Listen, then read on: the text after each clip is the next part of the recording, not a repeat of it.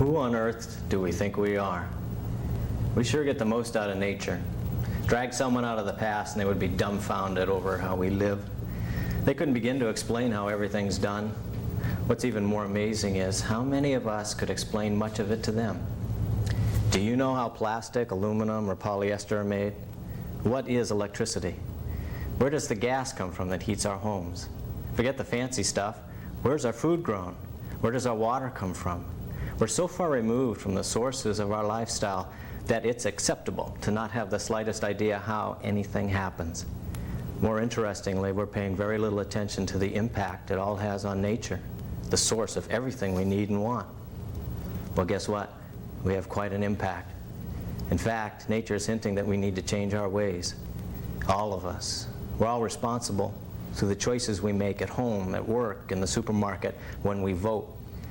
To not understand the impact we're having on our environment, the source of all life, is kind of foolish, don't you think? Can you tell me what an aquifer is? No. No. An aqua what? Huh? It's a color. An aquifer? Yes, I sure do. It's underground water systems that hold water.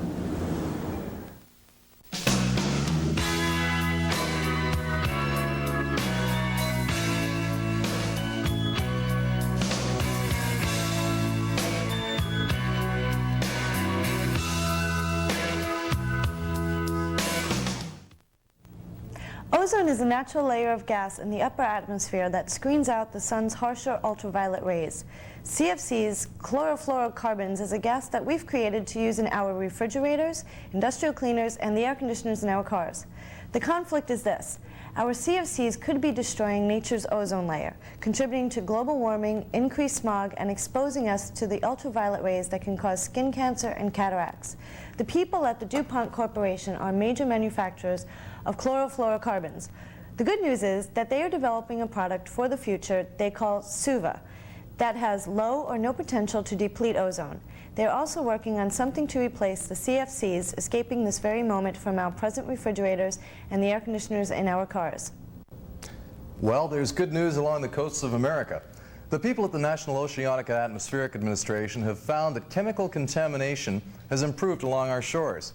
Mussels, oysters, bottom-feeding fish, and sediment were tested for metals such as lead and cadmium. But the bad news is, high levels of lead and cadmium are still found in the water off major cities and most industrial areas. The still hot spots include Boston, the New York, New Jersey coastline, Baltimore, San Diego, Los Angeles, and Seattle. The McDonald's fast food chain frequently comes to mind when discussing America as a throwaway society. However, last year the people at McDonald's began working with the people at Environmental Defense Fund to come up with a new style. Polystyrene foam containers are now being replaced by paper packaging. Recycled fibers are being used in napkins. Frozen French fries are transported between restaurants in bulk to save packaging. You've seen the recycling signs, and McDonald's will be buying $100 million worth of recycled materials each year to build their new restaurants, creating new markets for recyclables. You know, it was believed that it would take 30 years to clean up the radioactive waste and contamination that we've accumulated around our nuclear weapons laboratories over the last 40 years. The people at the Department of Energy have now decided it will take much longer. In fact, some sites may never be restored well enough to allow public access. The problems include finding somewhere to put the millions of gallons of liquid toxic wastes that are now in temporary storage tanks in Washington and South Carolina, and then cleaning up the plutonium-contaminated soil laboratories in Denver, Ohio, Idaho, and Tennessee. The study decided that cleaning up after our 4 decades of producing atomic waste is a problem of enormous proportion and will require yet unavailable technologies and trained personnel to resolve it. In other words, we haven't had the slightest idea of what we've been doing. Today's discussion at the family table was, who do we blame for an oil spill? Dad enters first, turns on a couple of lights, and says, it's those idiots running the oil industry. Auntie Ethel finishes packing for her flight home and argues that there's not enough governmental regulation. Mom turns up the heat a notch, commenting that it's just fate, and Bob Jr. asks to use the family car and then blames it all on corporate greed. Pay attention, folks. Oil spills happen because you and me and everybody else, especially in this country, have an insatiable thirst for oil. We use around 1 billion gallons of oil every year, and 350 million gallons of it winds up in the environment. Just 1 pint of oil can create a slick, an acre in diameter. We exceeded our own oil resources a long time ago. Did we start conserving and put everything we had into renewable energy? No. We turned to the ocean. Guess what happens when you load millions of gallons of oil into block-long hunks of metal and then subject them to human error, incompetence, and the dynamic conditions of the ocean? The same thing that happens when we drill into the ocean floor. The oil is going to spill, wiping out wildlife and coating the beaches. Who's to blame for oil spills? We all are. We create the demand. What's the best way to prevent a spill? Understand how you rely on oil, and then start cutting back or finding alternatives. I mean, really, you know, it's common sense. Oh, hi. I'm Professor Ecology. Oil. Where would we be without it? Our electricity, our heat and transportation. Oil plays a most vital role in our way of life. Of course, we must also contend with the smog, excess carbon dioxide, and oil spills. Yet, we consume so much oil that the corporate people and their sea captains must sail the high seas seeking enough of the black gold to quench our thirst. We drill for it on land and at sea. We transport it across vast oceans in metal vessels. We move crude oil around so much we make accidents inevitable. When a spill occurs, the precious liquid is wasted, and untold miles of beaches are polluted. But what of the victims? The innocent wildlife? Feel their pain. Let us imagine that one of us is piloting a monstrous oil tanker. He has been drinking, and he ran the ship onto a reef, or unknowingly dropped the anchor through an underwater pipeline. Or perhaps we allowed the anchor to rip a hole in the hull of the vessel, releasing miles of sticky black goo onto the watery surfaces and along its shores. Or let's just pretend some mad dictator decided to open the valves of countless oil wells along a coastline. All these occurrences seem quite absurd until they happen. Then they become quite natural. We should begin to sense that the absurd can and will occur quite naturally. Now, let us imagine that some unsuspecting mallard is soaring over this fresh tar pit, and he decides to drop down for a rest. Gracefully, it glides in for landing, elegant with its purple wingtips, iridescent green head, and yellow bill. Instinctively realizing this may not be the best idea, the mallard begins washing the oil off, which proves to be an impossible task since the crude oil surrounds the beast. It ingests the oil, the thick crud coats its feathers, and the duck is unable to get away. Now, if it survives the toxicity and doesn't drown and is swept ashore, the mallard may be rescued by volunteers feeling guilty over the crisis. Some animals are less passive than others.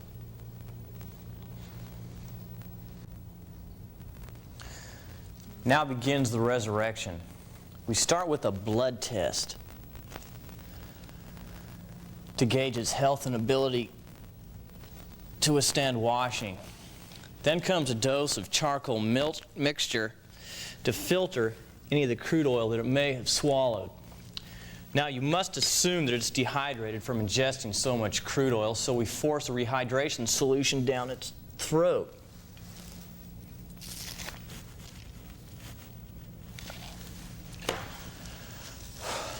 Next comes the actual washing. The animal is dipped in a basin with a solution of dish detergent in it at a temperature of 100 to 108 degrees, a temperature far hotter than anything that's experienced in nature. The bill must be held closed while the water is massaged into the head and eye area. We use a toothbrush, a soft toothbrush, to clean this area. The bird might not offer any resistance, but its webbed feet will be trembling furiously. Its silence speaks volumes. The beast thinks we're predators, and if it squawked, it would draw more attention to its vulnerable condition, and presently it's scared out of its wits. After what must feel like an eternity to the bird, it will be rinsed. 10 to 15 tubs are required for rinsing. The bird is moved quickly from one tub to another as the water gets dirty. When the water is finally clear and free of oil, the animal is rinsed with warm water from a high-powered nozzle. This removes any leftover soap and helps align the feathers. essential for re-waterproofing the mallard or widgeon. They can withstand 45 minutes of this process. A coot will reach its limit after 25 minutes. Then the stress becomes too great. It's as if they have little heart attacks and the bird goes limp. If you shake it quickly, the animal will usually come back. Finally, the bird is blow-dried. A few days later, it will be placed in a pool of water and examined for oil. If it is fully clean, floats, and the feathers do not absorb water, the bird can be released. That, of course, is the good part. We get to let them go. All wildlife would be better off if we simply made sure nothing like this would ever happen. This not being our way, however, so each of us must personally take time to learn the ways we rely on oil throughout the day, and then cut back in those areas. When each of us consumes less oil, there will be less pollution, we won't be traveling to the far corners of the planet spilling it, and fewer ducky-wuckies will need to be traumatized by a big old human like me. This is Professor Ecology saying, have an oil-free day. We produce around 7 million barrels of oil a day in America. We consume around 16 million barrels of oil each day, which means we need to import 9 million barrels of oil every day.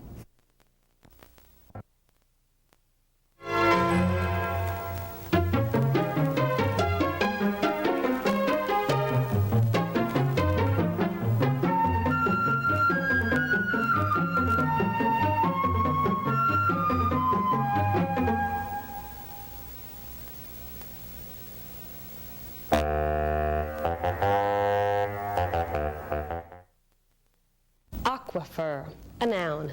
Any geological formation containing or conducting groundwater. Groundwater is water beneath the surface of the earth. It is the source of water for wells and many springs. Groundwater accumulates chiefly from rain that filters through the soil. It also collects from water that seeps into the ground from lakes and ponds. The water settles into the pores and cracks of underground rocks and into the spaces between grains of sand and pieces of gravel. In time, the water reaches a layer of rock or other material that is watertight. The water collects above the watertight layer and the ground becomes soaked. This saturated zone of porous materials that yields useful amounts of groundwater is an aquifer. Water in aquifers may require thousands of years to accumulate. Wells are drilled down to draw the groundwater to the surface. Los Angeles has several aquifer systems beneath the city.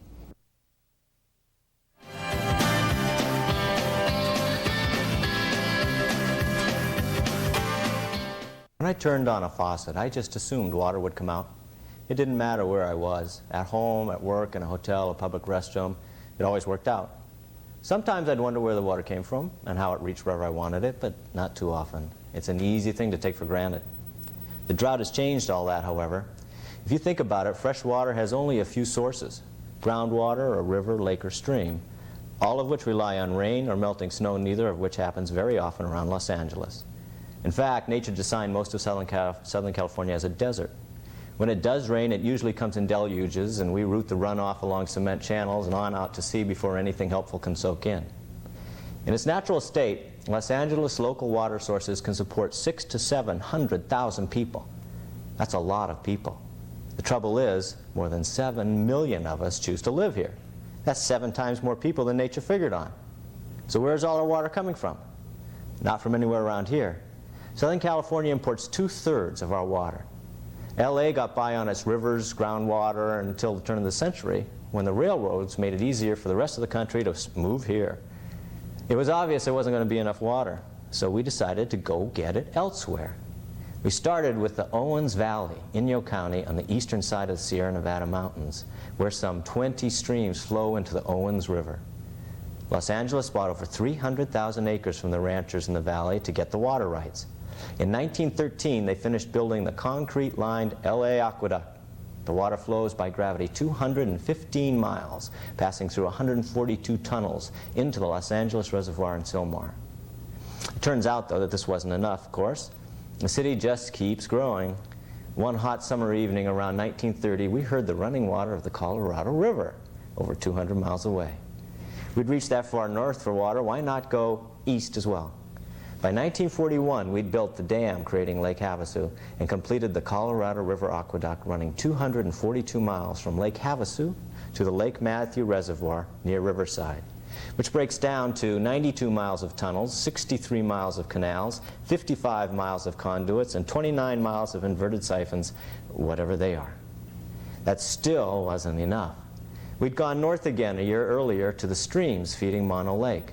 An 11-mile tunnel was drilled through the Mono craters to link up with the Owens River, stretching the LA Aqueduct from 215 to 340 miles. Still wasn't enough. In the 1950s, we realized there was an awful lot of water running freely down the Sacramento and Feather Rivers up north. That seemed unfair considering the naturally arid environment of the LA Basin, so we went and got it. In 1960, the largest aqueduct development in history was started.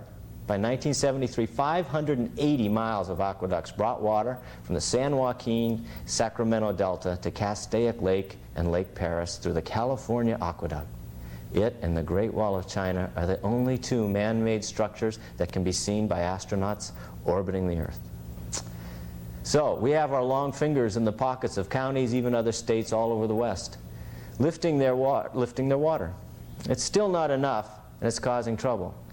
Natural systems depend on the water that flows through them. When we come hundreds of miles and take water away from the place, we create changes in the environment. The people living there, to say nothing of the plants and animals, aren't pleased with these changes. When Los Angeles diverted water from the creeks leading into Mono Lake, the lake level dropped dramatically, creating all sorts of ecological havoc. The result has been a recent court order preventing Los Angeles from taking any more water until the lake rises to a healthy level. An environmental impact report is underway in Inyo County to determine the impact our diversion of water from the Owens River is having on the vegetation. Then there's the water we divert from the rivers leading into the Sacramento Delta. If enough fresh water doesn't flow from these rivers, ocean water from the San Francisco Bay will back up into the Delta, altering the area's ecology. The bottom line is this: when are we in Los Angeles going to take responsibility for ourselves? Nothing's going to change until each of us starts paying attention to our own lifestyle. Awareness is the first step, however. Once we have that, the rest will fall into place.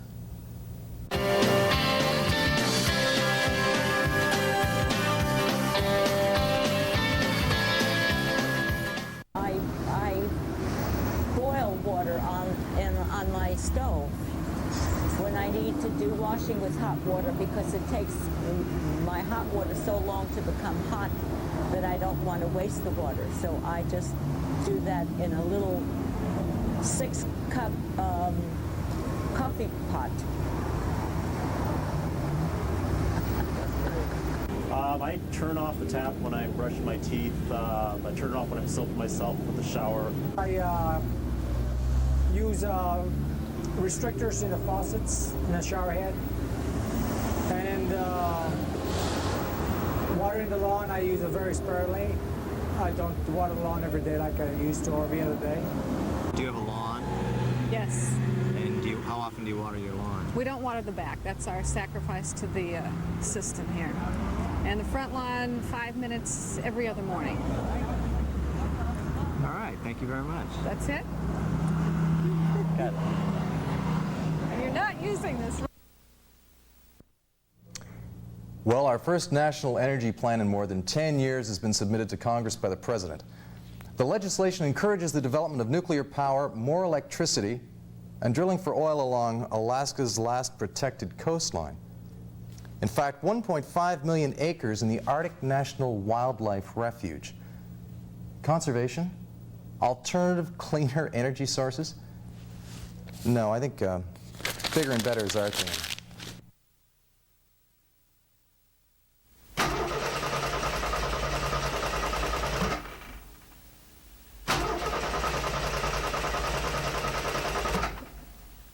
The Great Sand Dunes National Monument.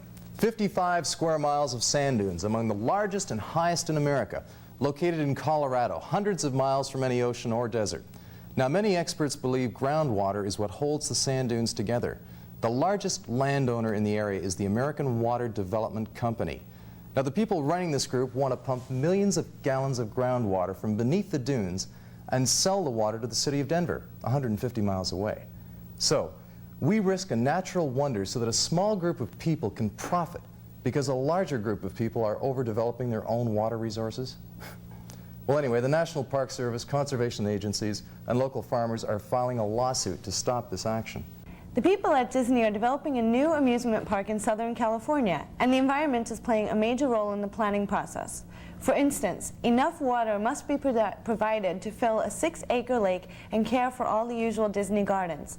Southern California's already polluted air will be subjected to increased traffic and even more gasoline-powered motors operating the new attractions. More electricity will be generated, and there will be more sewage headed for the already overburdened treatment plants. We're all involved, of course. It's being built because we'll go there.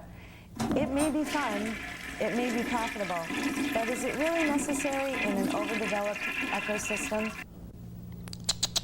The people at Monsanto Chemical Company paid the state of Massachusetts $1 million after they were accused of waiting 3 days to report an oil spill of over 200,000 gallons of untreated wastewater into Boston's Mystic River.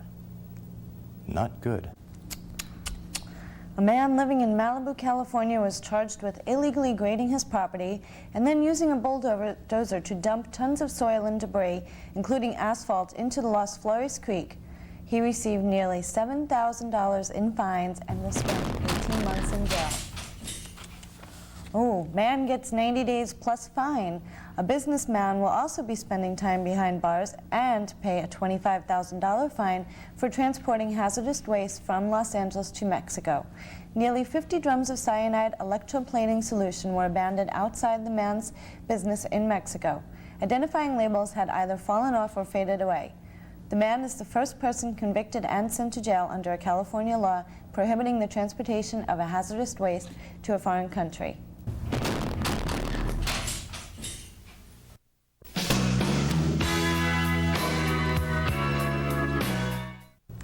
Hi, my name's Sharon Sachs.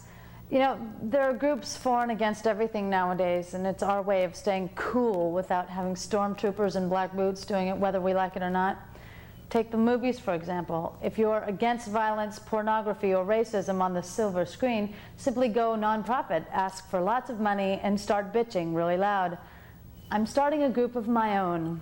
I call it Americans for Environmental Responsibility in Films, AFRIF, or something like that. My first review is of the movie Problem Child, not the sequel, the original. I found myself without anything to do one evening and caught a movie at a double feature in some divey theater downtown. It was cute. It had some really funny bits, but it bombed ecologically. The bad guy races around in a beat-up old sedan spewing all sorts of blue smoke. The same guy tosses a suitcase full of plastic guns out of the car window and empties clothes from another suitcase right into the street so that some bimbo can be stuffed inside and be slammed into the trunk. What's going on here? Is this the right example to set? It would be one thing if the character was on the FBI's top 10 list of trashy people, but no, he was just a homicidal maniac. Of course. We're trying to eliminate murder too, but it's still a requirement in most scripts, second only to bouncing breasts. But those are other people's causes. There's more though. An orphanage celebrates the departure of the problem child. What do? They release who knows how many helium-filled balloons into the atmosphere. All those balloons float off without a care in the world to land who knows where and stay there for who knows how long. Maybe dozens of stagehands followed the balloons over hill and dale and brought them back. Right. Sorry, guys. Out of sight, out of mind doesn't cut it anymore. Balloons don't disappear over the horizon. They come down somewhere and they are not biodegradable. A balloon released in the Midwest can wind up in the Atlantic Ocean. Schools of squid gather around the plastic in the water. Squid are the sperm whale's favorite food. And when this whale swallows the squid, down goes the latex balloon. A 17-foot female sperm whale was unable to digest its food because a balloon with 3 feet of ribbon still attached blocked the valve connecting the whale's stomach to its intestines. The whale starved to death. Where did your balloons come down, Mr. Filmmaker? So with 4 marks against it and not 1 for Mother Nature, Problem Child, the original, qualifies for an AFRIF rating of -4. Speak up, America. Make the environment a priority in your life. Give a hoot, boo, and hiss when they pollute. I'm Sharon Sachs, your environmental reviewer.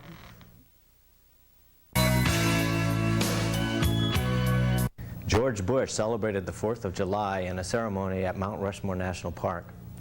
Teddy Roosevelt, a strong environmentalist, is one of the 4 presidential images carved on the face of the mountain.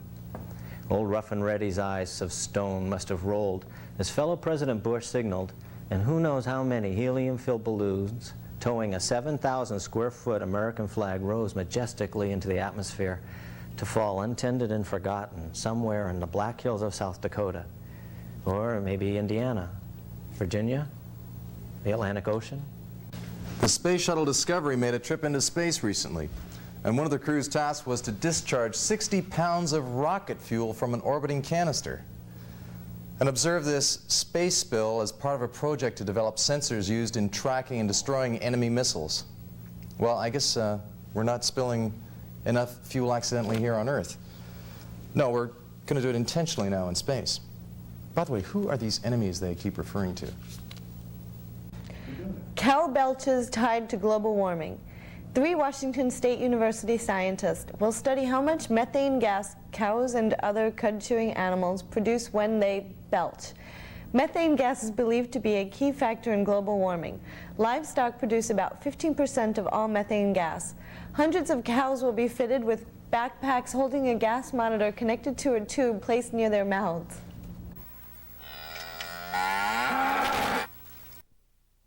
In Europe, bringing the 2 Germanys together has created an unexpected problem for the East Germans: trash.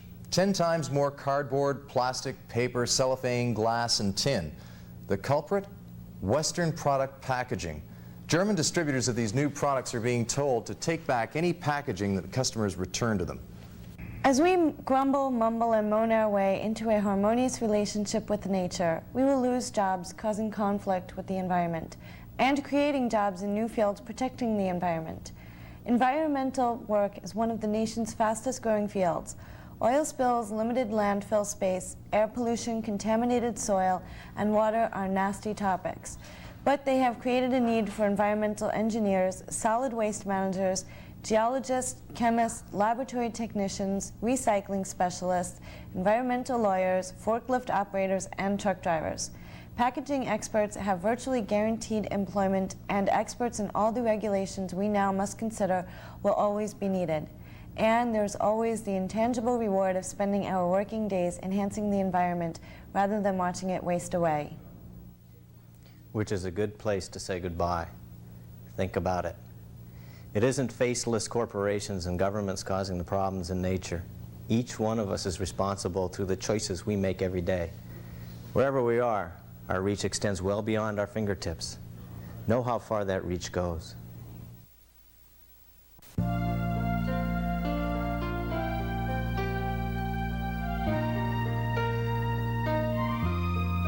Riverbeds dry,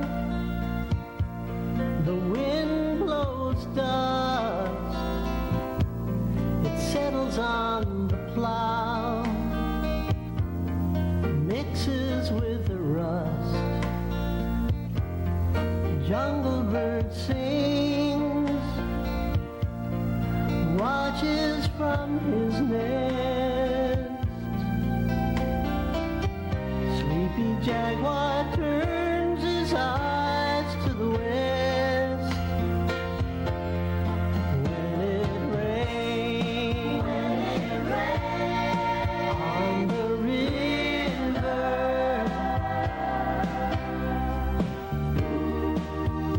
and peaceful warm.